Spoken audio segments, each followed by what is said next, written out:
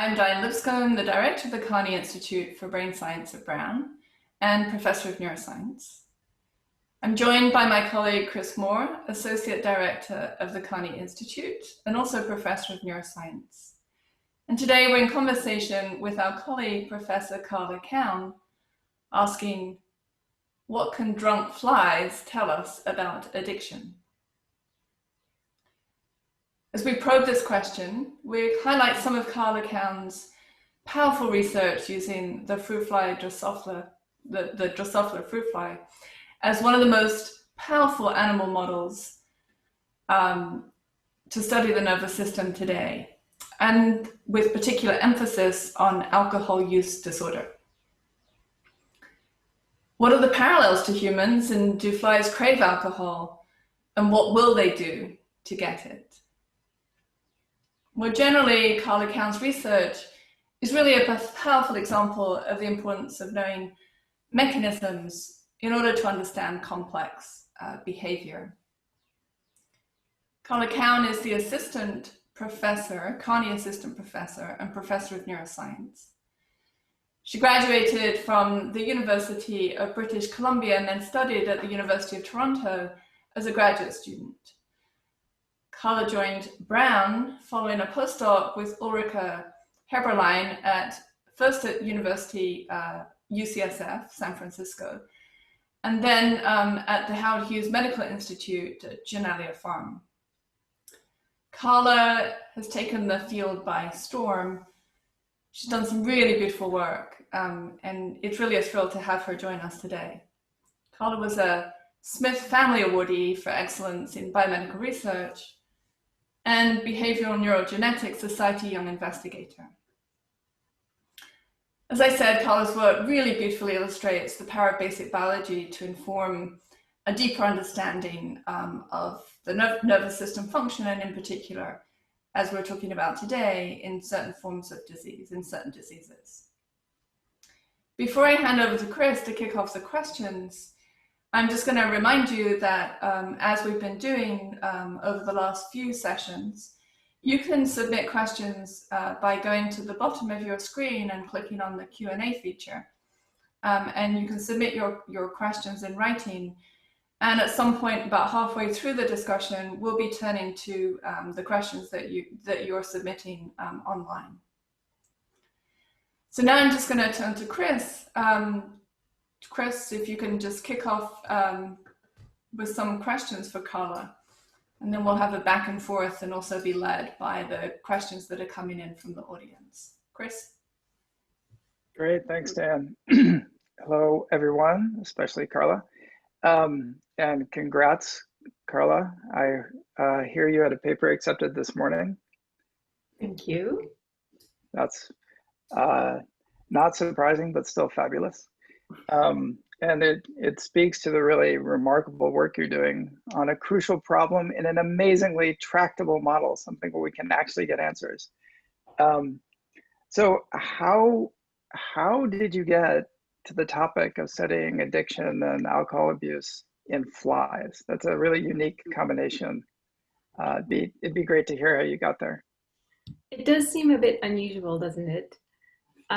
Well, I thought maybe I could share some videos with you to sort of show you how I ended up where I am.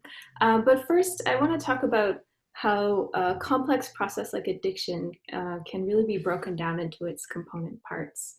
So in some ways, addiction can be thought of a disease of learning and memory, in that when you are becoming intoxicated from the substances that you're imbibing, you're associating cues with your environment that like the feel of a glass in your hand, the dim lighting of a room, the particular people around you, or perhaps paraphernalia that are associated with the process of becoming intoxicated. And so these sensory memories can last a really, really long time. And so these types of sensory memories are also the same types that almost all animals are able to form in order to remember where the good food was or where the good mates were. And so reward systems themselves are highly conserved across all species. And it seems that drugs of abuse sort of act on our natural reward systems. And this happens in simple fruit flies, like you'll see here, that at first don't like the taste of alcohol, but once they start drinking it, they'll consume it preferentially over food that doesn't have alcohol. And it's not just flies, but across the animal kingdom, it appears that animals will preferentially consume intoxicating substances, like these poor seagulls that got into the waste of local breweries in the south coast of England, or this poor squirrel that found a fermented pumpkin one Halloween, or these vervet monkeys who in the areas where there are holiday goers will steal people's alcoholic drinks, and they'll drink until they're sedate, which is often unusual in animals. They start to get more aggressive. And so it seems like the reward system act on many types of animals, including us. And so the types of questions that I'm trying to answer are, how do these intoxicating substances act on our natural reward pathways, right? And in order to study that, we need a reward pathway that is slightly less complex than humans. And so the way that I do that is to study fruit flies. And in order to get fruit flies intoxicated, we don't always get them to drink alcohol because it's a little difficult to quantify exactly how much these tiny little flies will drink. And it's difficult to control how much they will drink. So we vaporize alcohol. And in fact, humans can get intoxicated this way too. There are things on the market called vaportinis, where it has a candlelight in the bottom of what is essentially a bowl, and you inhale the alcohol fumes and you would become intoxicated. I wouldn't recommend it because it's really bad for your lungs, but it is marketed as a calorie-less way to become intoxicated. And so we basically do that to get alcohol into the flies. And in really low doses, what's really remarkable is that they start to show behaviors that you might see in other types of animals. They move a lot more, they touch each other a lot more. Males and females both start to court indiscriminately. And then with even higher concentrations of alcohol, the flies aren't able to walk in straight lines anymore. And with even higher doses, you'll see the flies basically do what everybody else does when they're drunk a little too much, and that is pass out on the bottoms of their vials. And so what I think this tells us is that there's something really conserved on how alcohol and other substances as well act on the basic circuits that are within our brains. And probably not only on the circuits themselves, but it's clear that it has to be affecting the molecules inside of those circuits. So there's something flies have and there's something we have that results in these really similar behaviors, which even though there's something like 500 million years of evolution between us. And so the question is, how does this happen? And it turns out that the circuit motifs in flies are actually pretty similar to rodents and primates, for example. And so in flies, like us, there's a reward center that is clustered around a set of neurons that contain a molecule called dopamine. And alcohol is thought to act, or in other substances act on these neurons, and it results in a change in the memory systems inside of flies. And so it not only changes how the circuits are acting, but it changes the molecules that are acting inside of these circuits. But it's really difficult to study this in us, which is why I moved to the fly, because the fly has been used as a genetic model organism for over 100 years now. And we have a beautiful characterization of almost every neuron inside of the brain because we have a connectome now. And we have genetic tools like this one built by our colleague Gilad Barnea that allows us to see like a presynaptic neuron. This is one neuron here, and all of its postsynaptic connections, which are these L-shaped neurons here. So this is actually the memory structure in the fly. And we have tools to be able to manipulate almost every neuron inside of this structure.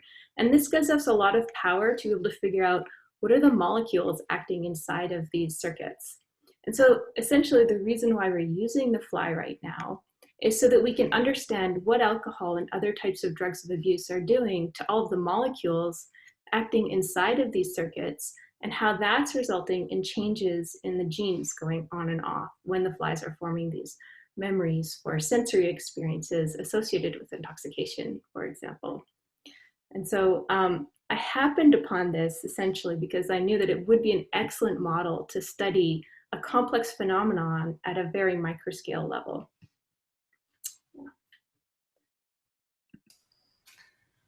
Thanks, Karla. It was amazing. Before I'm going to just follow up actually with a quick question about something you said before I jump to the question I was going to ask you. So you mentioned right at the beginning that as flies start to drink or inhale the alcohol, they're initially repelled by it. So it's, I guess, unpleasant. Mm-hmm. And then something happens. And what is then this becomes, this insatiable desire. They'll harm themselves, you probably can expand on that, in order to get at the vapor. So how do you think about that switch? How quickly does that switch happen in flies? There's two types of sort of aversive stimuli here, and I'm going to break it into two parts. Okay. Mm-hmm. So drugs of abuse are toxins, essentially, like alcohol and all other types of abuse, and they're not good for our cells, and our cells know that, and so they make us sick, and they also taste really horrible, and that's why we have to put a lot of sugar into our alcoholic drinks when we drink them. We don't drink straight ethanol, and so flies know this too. But what's interesting to me is that even though they probably taste quite bad at the beginning, the flies will keep going back again and again. And it only takes 24 hours for the switch to happen. At first, flies find these substances rather aversive. But if they've had about 3 drinks in them in one day, then they'll go back the next day. And so the question is, well, how does this happen? And I think in the context of addiction, this is kind of interesting too, because it's an acute or a short-term switch. But one of the characteristics of addiction is to keep seeking the drug despite the negative consequences that incur, right? And in humans, this can be, really severe social economic consequences, consequences of harming yourself and your family. And in other types of animals, they'll walk over an electric shock, for example, to get to a cue associated with alcohol. Flies will do this. And so one of the questions that I think is outstanding in the field is really, how are these types of reward and aversion circuits integrated? And at this point in time, the fly is a really excellent model to study this, because in that memory structure that we call the mushroom body, we know the circuits that are encoding both the aversive and the appetitive stimuli. And so it's a unique circuit to be able to study exactly how the aversive and appetitive stimuli are integrated. And not only that, but how do they affect each other? And we do know from work from many scientists in the field that indeed the aversive circuits affect the appetitive circuits, and the appetitive circuits affect the aversive circuits. The questions that we're trying to answer is, well, how do drugs of abuse overlay all of this? And how do they drive things away from the aversive part of the substances and toward the appetitive properties, even though a substance like alcohol contains both aversive and appetitive properties? Great, thanks.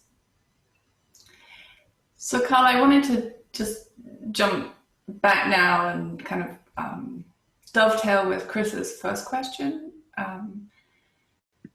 And I think it's always really interesting to hear, I think, from great scientists like you, a little bit about, your background. Where did you grow up? And I know that you've got a particularly interesting story to tell about where you grew up and your experiences as a child. So would you be willing to? Yes. Yeah, I would be happy to talk about this. Okay, great. It's not something that I commonly talk about, so I feel like it's a coming out party. But so I grew up in two remote communities. One is a small Native American community in northern Saskatchewan called Isla La Crosse. And that's where I was born, and that's where I spent my formative years. And then when I was a teenager, I lived in a remote coal mining town in northern British Columbia. And so I think, growing up in these places was a little bit different perhaps than where I live now. For example, the culture, especially in Isla La Crosse, was really different. It was like the whole town was a family, and it was a different type of community and a wonderful place to grow up with a ton of freedom. And in northern British Columbia, where I lived, it was one of the most beautiful places in the world. And there's just so many incredible places to hike and to see. And again, living in a small, remote community, I think, it brings people together. And I'm very grateful to have the opportunity to have had these experiences as a kid. And so you might wonder, well, how did I end up in university? Because so few people from either of these towns go to university. And I think, so my mom, when I was little, used to do all kinds of science experiments with me, and they were usually really messy and really fun. And I think that made me really curious about science in general. And the way that my parents brought me up, I wasn't aware that it might be more difficult for women in the sciences. And one of the interesting things about being in a coal mining town at that time was that the women would work in the mine as much as the men were. They would drive truck, they would be mechanics. And so I didn't realize that this was necessarily different. And so I think I stumbled through life rather naive in many ways, which I think acted to my benefit in some ways. And I ended up with some really incredible mentors during my undergraduate that taught me what graduate school was, because I honestly had no clue. And so I'm very grateful to them. Pretty similar. I can relate to this. So what about those experiences, did they influence your decision to follow a research career and your choices that you made along the way? Yeah, this is something that I've thought about, I think, more recently than before. Sometimes the way that you grow up affects you subconsciously in many different ways. And, living in a remote Native American community was, I think, difficult because you could, although I wasn't aware of it as a child, it was very clear how alcohol and other types of drugs influenced society.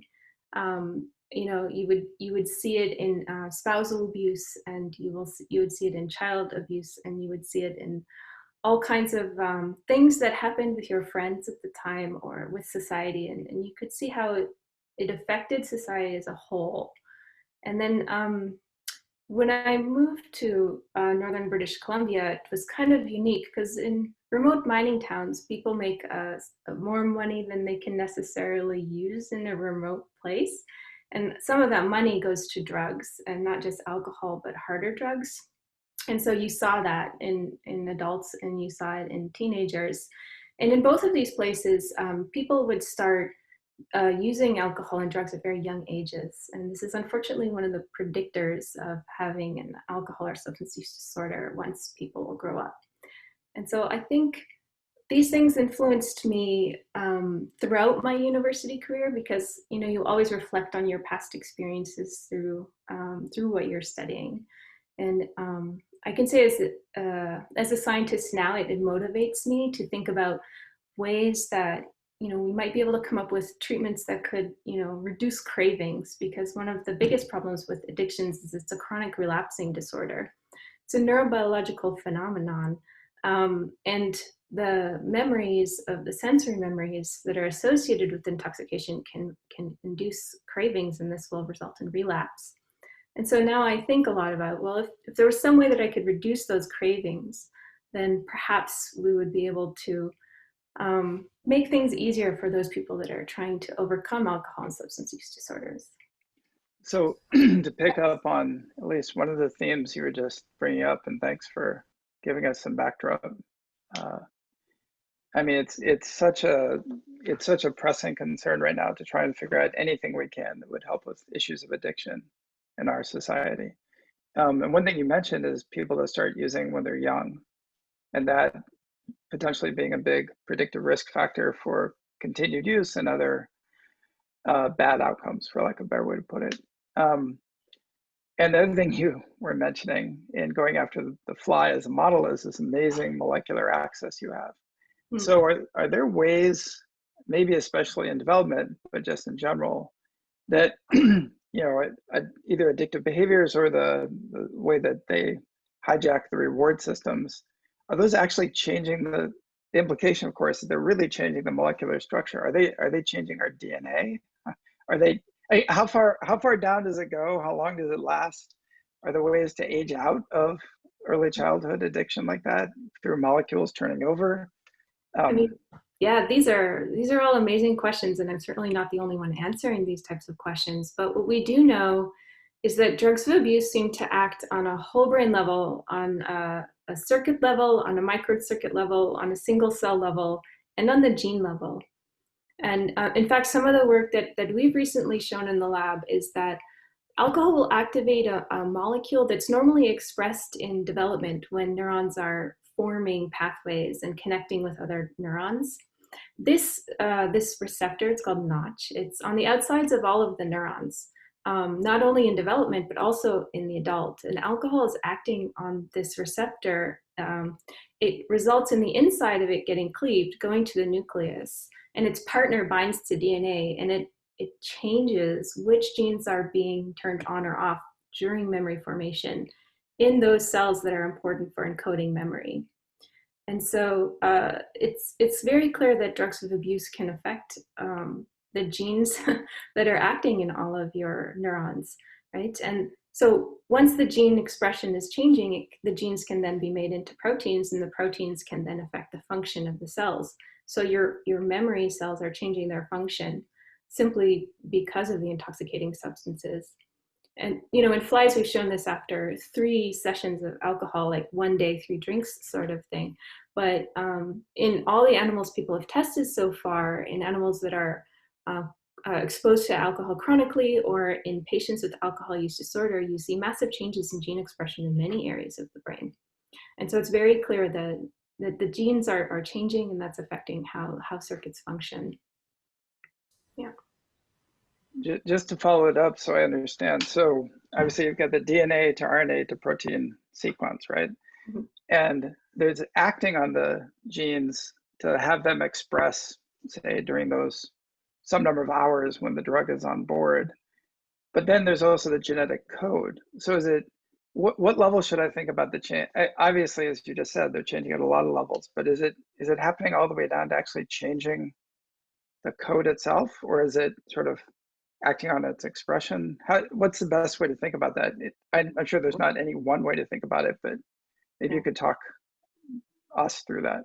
So each of us has our own individual genetic code, and it should be the same in all of your cells. And so your code is not what's going to be changing.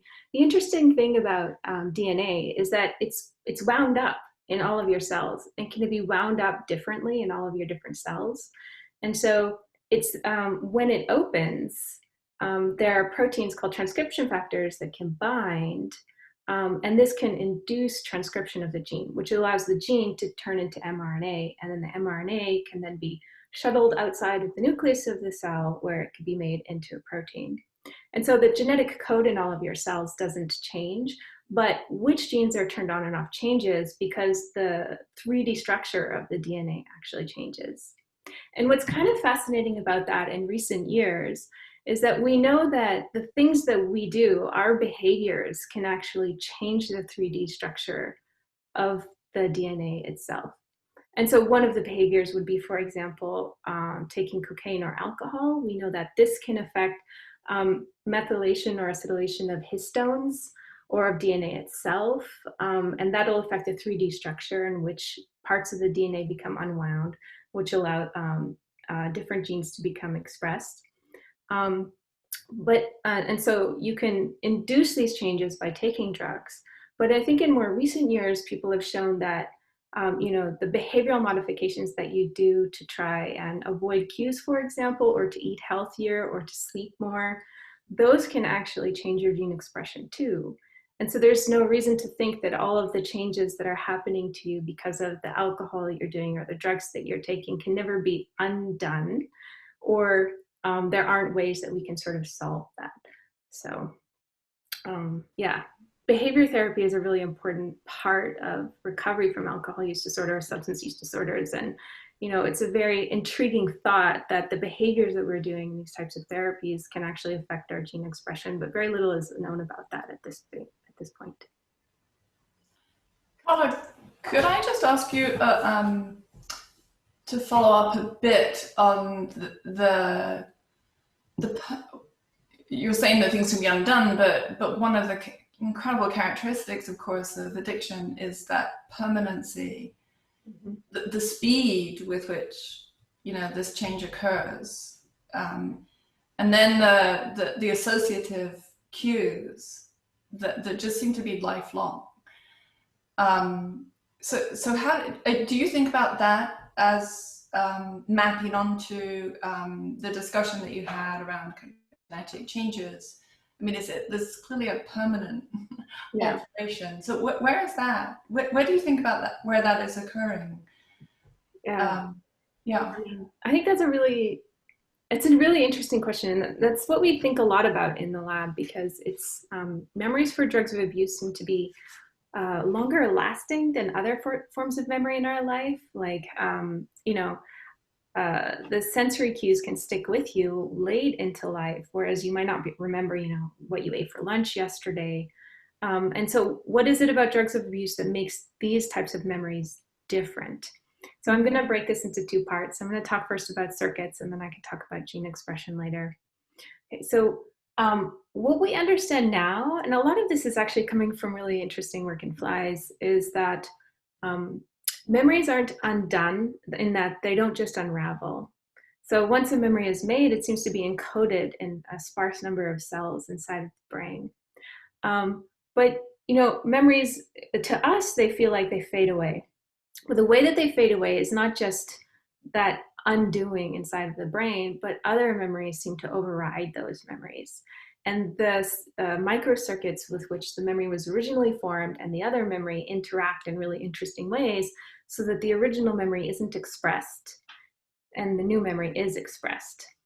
Okay, and so I think that these changes in gene expression that happen when alcohol is acting on memory circuits are quite long lasting, but the 3D structure is quite dynamic in some ways. And so we know that, you know, there are certain things that could happen to the 3D structure, or there might be changes in gene expression that persist, and that results in activity of those circuits that might persist, but other circuits can override those circuits, right? And so, and those other circuits have also DNA in each of these, and they have their own 3D chromatin structure. And so perhaps some of the behavioral modifications that we do may not affect the original circuit in which the memory is made, but they might be able to affect that circuit that's able to override the original memory. I mean, to be honest, we really don't understand enough about how memory is encoded in the brain to know how all of this happens. And so this is me sort of putting together pieces from different fields and thinking about how I think that this could happen. Mm-hmm.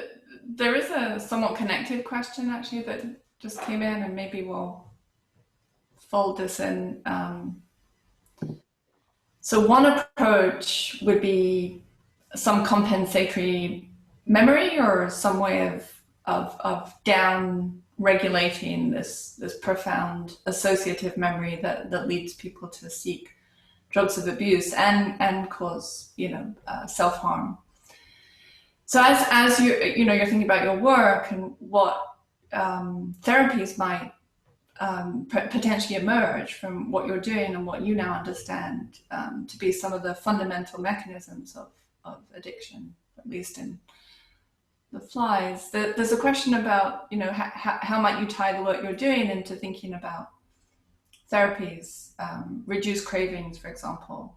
Mm-hmm. And do you think that there may be a drug that will emerge that is going to have a big impact on, I mean, there are of course drugs out there, but a big impact and really, you know, assist in, you know, what is a public health crisis. So this is, of course, as a scientist, always our hope, right?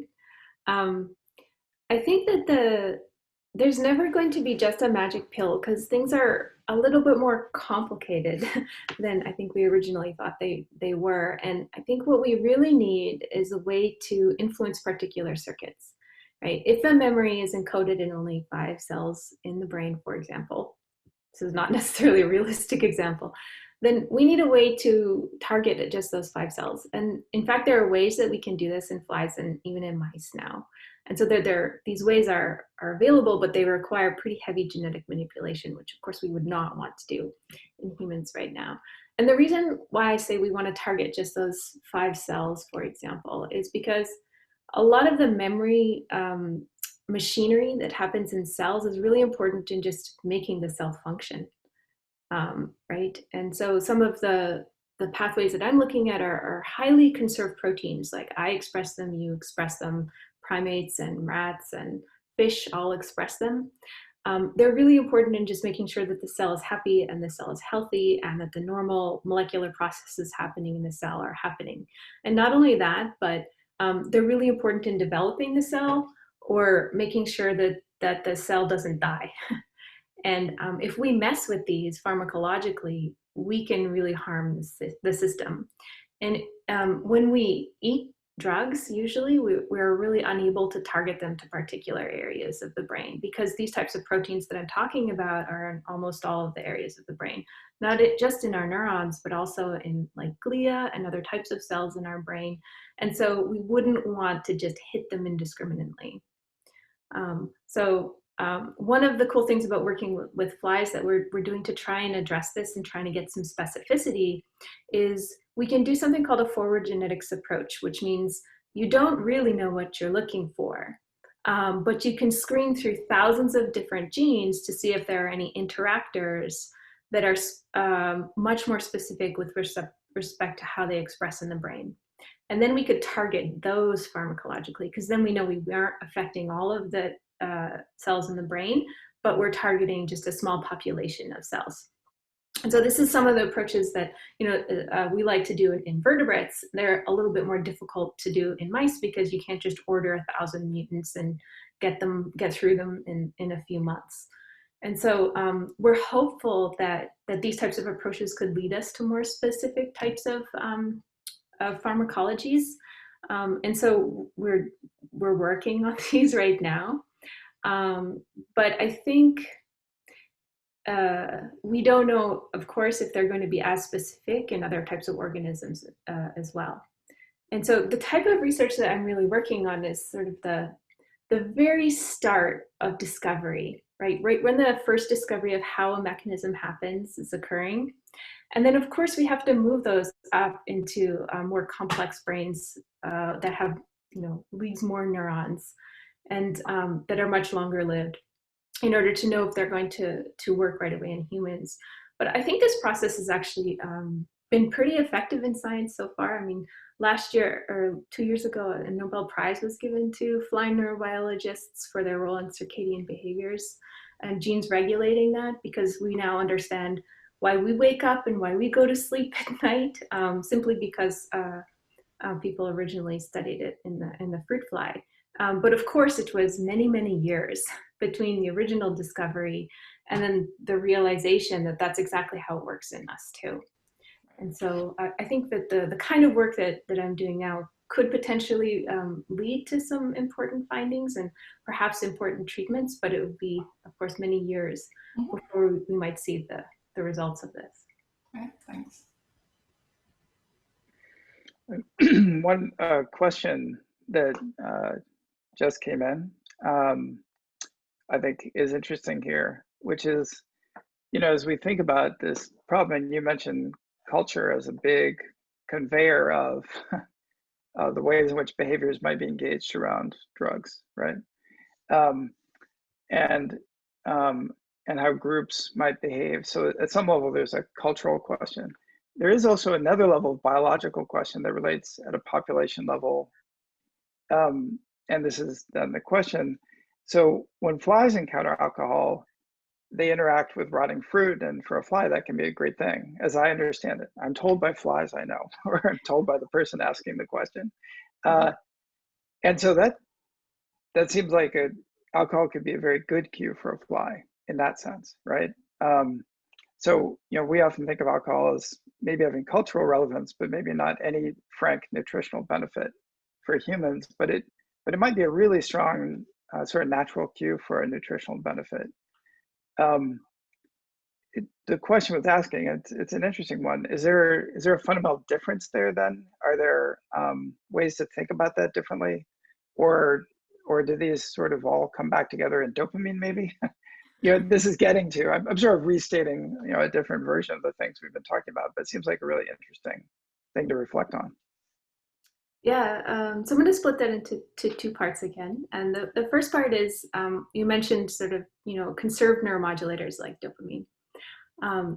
The basic circuit motif for how reward is encoded in flies is remarkably not that different to how it's encoded in primates like us, for example. And so I think that there is something fundamentally similar with how high doses of alcohol that flies would never get in nature, or that primates probably would rarely get in nature, act on the brain.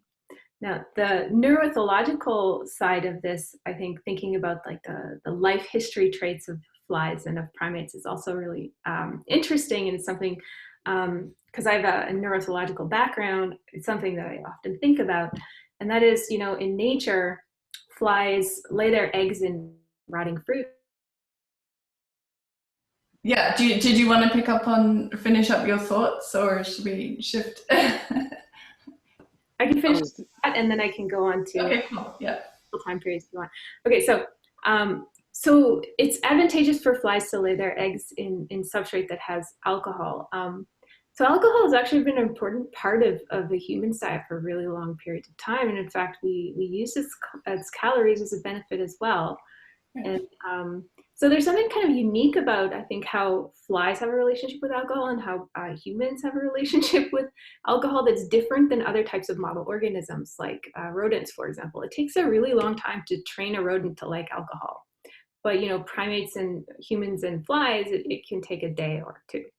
And so I think, in fact, they're in some ways a better model system to study alcohol specifically. Yeah. That's often the case with Drosophila. Well, they are diurnal, which means they like days. They're way also, just as a side branch, we do a lot of collaborations with fly labs working in the area of ALS, and with Christy Wharton and Hart, and initially with Rob Reenan. And the remarkable thing there is that many of the genes and the phenotypes that you see in flies are much more analogous to the human condition, if one wants to make that big extrapolation, than using a mouse model, which really has very few of the characteristics that are common in humans. Anyway, we digress, but that's okay. So yeah, one of the questions I was just going to ask Chris to answer, but he's relieved that you're back with us, was pretty interesting. It's about, like, is there a critical period for flies to become addicted? And you mentioned again in your overview that drinking alcohol or experimenting with substances of abuse at a young age is particularly damaging. And is the same true for flies, even though their timeline is really compressed? Yeah. Tiny. So insects are an interesting animal to study that, because they go through a metamorphosis, which is a little bit more severe than typical teenage metamorphosis might be. They go through larval stages and then a pupal stage, and then they close as an adult six-legged creature. And so it's a little bit difficult to study what the critical stages are. We do know that giving alcohol during the larval stages affects their alcoholic behaviors later on, and this involves insulin signaling, for example, which is very important in our development as well. We, to be perfectly honest, don't really know that much about the critical stage in flies, but the parts that we do know is that a lot of the same molecules are conserved with how alcohol seems to affect nervous system development and rewiring.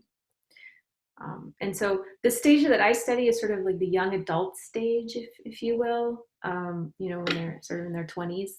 But we're starting to look at how these types of memories change with age, to see how, if you give alcohol for many, many days in a row, you could affect their preference later in life, or if it increases or decreases. I mean, Carla, actually, I'm thinking about Bea's talk last week. Mm-hmm. I think some people might draw a stronger parallel between metamorphosis and the brain than you might think, actually. Yeah. With a little bit slightly less rewiring, perhaps, in the human brain and in the fly brain. Fabulous. Yeah. Chris, over to you. Well, there's a question that came in that could relate to, I think pivots off that in some ways. So the question is, how might associative memories and mechanisms of abuse relate to behavioral disorders, including things like eating disorders? So, we're just emphasizing the connection between, in humans and in flies, alcohol potentially relating to calories that could be useful, at least potentially. Is there maybe some kind of unique connection there? Are there ways in which those can be seen as related? Another aspect of the question was asking also about obsessive compulsive disorders and if those relate as well. Mm-hmm. Can you? Yeah, I think there are a lot of relationships between these types of disorders. Like, you can kind of see them behaviorally, but mechanistically, quite a bit is known about overlap between these disorders. And part of it is because it acts on a lot of these act on the brain's natural reward pathways, right? And natural memory pathways. And if you're rewiring your reward pathways and your memory pathways, that can affect not just one behavior, but many.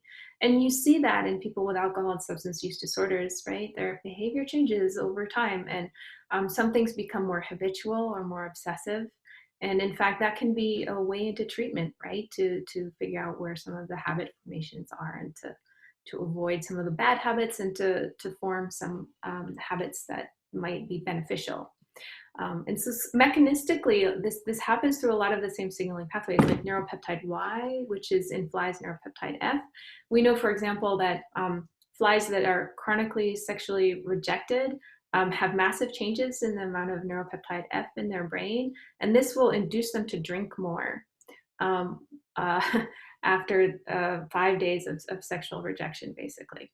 And so this neuropeptide F is also involved in feeding circuits, for example, and other types of behaviors. And so I think these systemic changes that happen because of chronic drug use or chronic alcohol use could affect not only how circuits are acting within each other, but definitely the molecules that are driving circuit plasticity.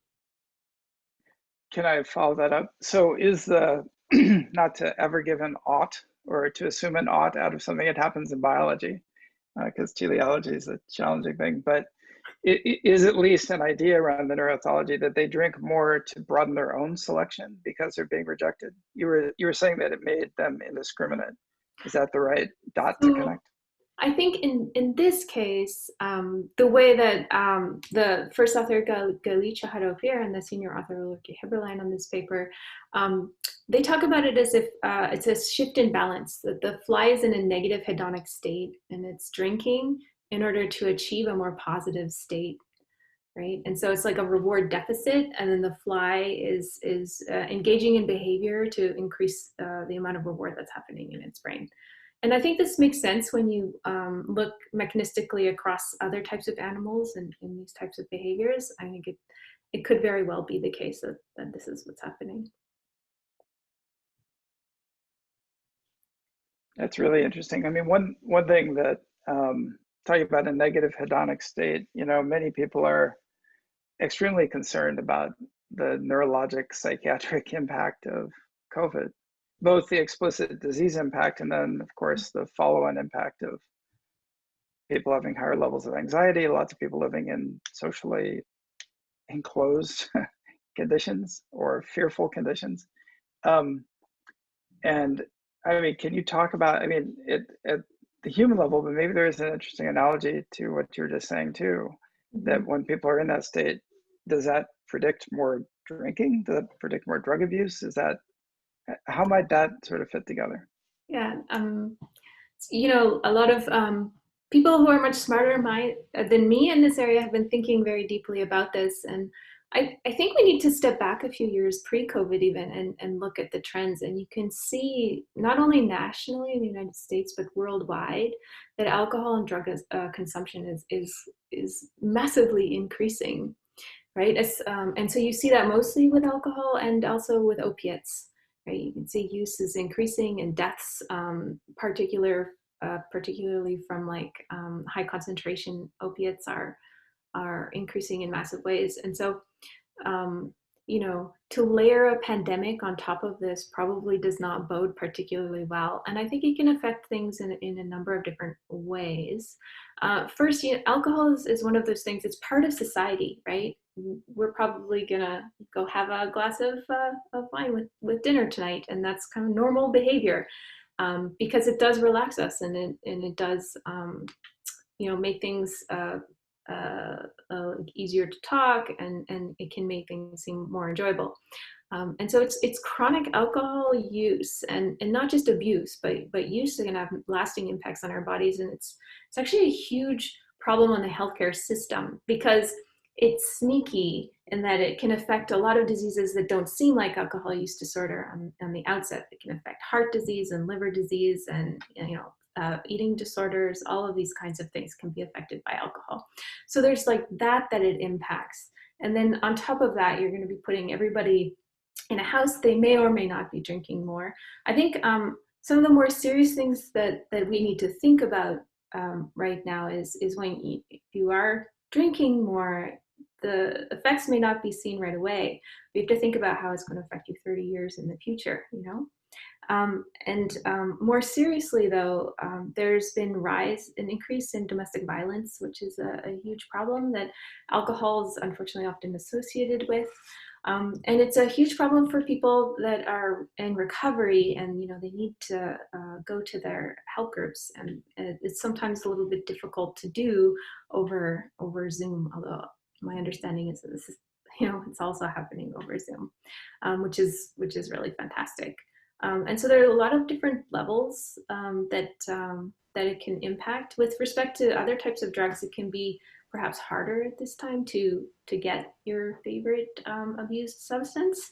And so perhaps, you've gone through a period of withdrawal and recovery, and you can use that to your benefit. So there are pluses as well as minuses, I think. But just thinking about it, in fact, the UK, for example, and this hasn't happened in the US, but the UK put out guidelines basically warning everybody not to drink too much because you're at home all of the time, because it does have negative impacts on our health, even low numbers of drinks, which we've only sort of thought about fairly recently. So Karla, I wonder if I can slightly switch up the discussion based on a question that came in, and something that is actually on my mind as well.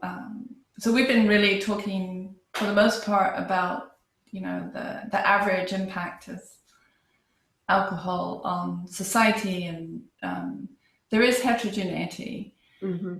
There's heterogeneity among individuals, but there's also within any given individual, depending on what phase of the addictive cycle one is in, of course, the responses can be quite different. So, are there I don't know if that's escapees in your behavioral studies of flies and vaporized alcohol? So there are alcohols that there are Drosophila that engage in this reward seeking drug of abuse behavior, but are there some flies that are just like they've dropped off, like they don't really care? And have you analyzed those? Like, are they genetically different? Is there something that we can learn from that population that don't actually? It's so funny you asked this question, because a postdoc in my lab, John Hernandez, has been answering just this question. So we've developed a new way to test self-administration of alcohol vapor in flies. So the flies are in this little tunnel, and they go to this one area of the tunnel, and whenever they go there, they get a hit of alcohol. And then when they walk out of it, they don't get alcohol anymore. And so we use computer vision and machine learning methods to track the flies' behavior to see how many of them like to, administer a lot and how many of them don't. And it turns out if you do this for 3 days in a row, the flies separate into subpopulations. There's about a third of the flies that will escalate in their use. And so they'll start sort of at a mean level, and then they'll just go high and they'll stay high. And then there's a subpopulation that actually go down in their use. And those are the flies that often start really high. And so they're like, whoa, this is kind of intense. And then they go down. And there's another population that just sort of stays steady. And so what we really want to ask is... This is a gold mine for geneticists. I know. Yes, it's very exciting to see this because it's within sort of a normal population of lab flies. And so there's two questions that we want to answer. One is, what is the variation in circuits in those escalators versus the de-escalators? Like how are those circuits different? We have one microcircuit, which is basically two neurons that are interacting in which to ask this question. This circuit is involved in novelty. So we think it has something to do with novelty seeking in the fly. And the second question is, well, what are the genes regulating this? And so I feel like we need to define the circuit, and then we can understand where the genes regulating plasticity inside of the circuit. And so it's a direction that I'm very excited to go into. And you see this kind of behavior in every population of animals, basically. There's always, in humans, there's not everybody that drinks becomes addicted to alcohol or has an alcohol use disorder. So what is it that makes people that de-escalate different from people that escalate? What does it make flies that de-escalate different than flies that escalate? And so we can ask this at a much faster pace in flies. So it's something I'm very excited to address. So if the population is separating out into these percentages, does that necessarily mean, does that necessarily exclude some kind of individual epigenetic modification, and it really is looking much more like gene allele variation? I mean, so at this stage we don't know that. We know that only within 3 days within any normal population of flies, you have a percentage that become escalators and de-escalators and stable lines. We haven't tried selecting those escalators to see if they always stay escalating, or to select for genes that are like super escalation or de-escalation. We haven't done that yet. And we haven't checked to see if these effects are transgenerational, that they're passed down from generation to generation. And if so, how many generations can they be passed down? And so these are ways that we can address what are the genetic changes and what are some of the epigenetic changes that are occurring. I think in all likelihood, it's going to be some combination of these types of things. That's great. Thanks. Cool. Chris, I might just turn this over to you to ask. I can't believe that we have 5 minutes left. So I turn it over to you to ask the last question, and then we'll do a wrap up. I mean, I have so many questions. I mean, a really interesting connection, just to build up the last thing you were talking about, because there's so many ways to take this, but you're talking about the previous study where flies that are rejected drink more alcohol, right? So it just shows the depth of the genetic connection that could happen here, right? If they were being rejected for some feature that ostensibly doesn't have to do with the learning and memory component, but still then drives them to drink more, there'll still be a very strong genetic hit, right? And this is where just the depth and complexity and richness, and it's why we need someone as talented as you, who's going to work at the circuit level all the way down to the molecular, up to the cultural.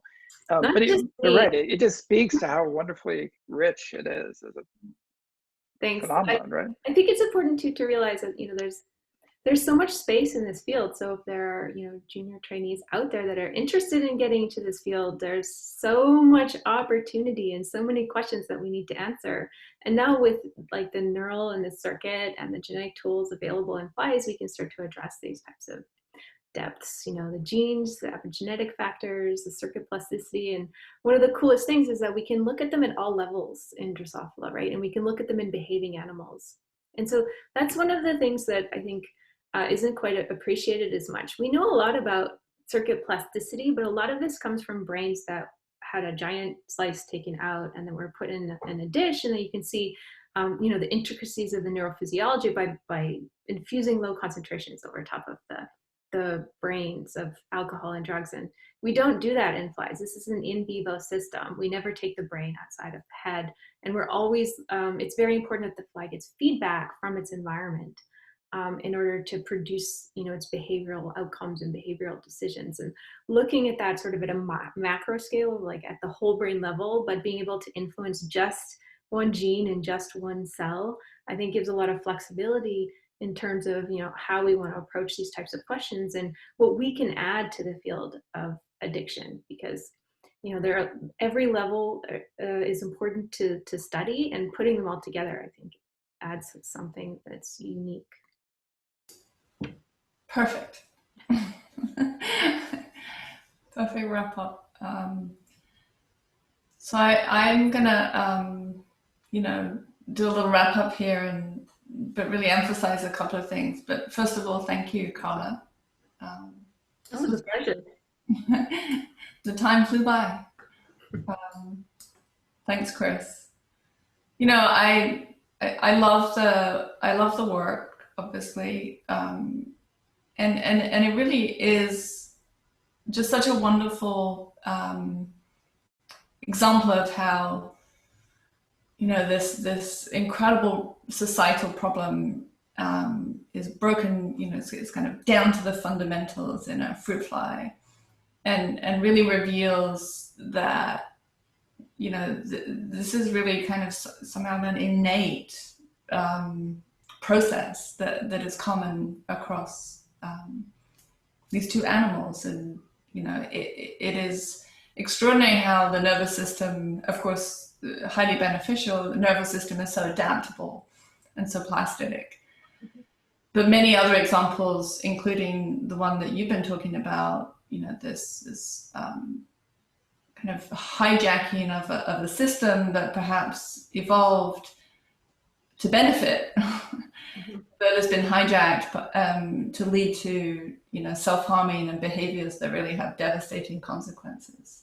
From the flies, as you said, walking across these high voltage floors to get to the vaporized alcohol. And we can already imagine, as we saw your videos, the parallels in humans. It's also a really wonderful example of how just really basic, wonderful mechanistic research gives incredible insight into these disorders. So thank you. So we're going to transition from discussions this week about an organism that has evolved over about 30 million years. Karla, is that right? 500 million. To newcomers to our world, which is robots. And so on June the 1st, between 1 and 2 p.m. Next week, we'll be in conversation with Associate Professor of Computer Science, Stephanie Telex, to discuss ethics and the future of robotics. So thank you everyone for joining us. Thank you for the questions, which were just wonderful. We'll see you next week. Bye.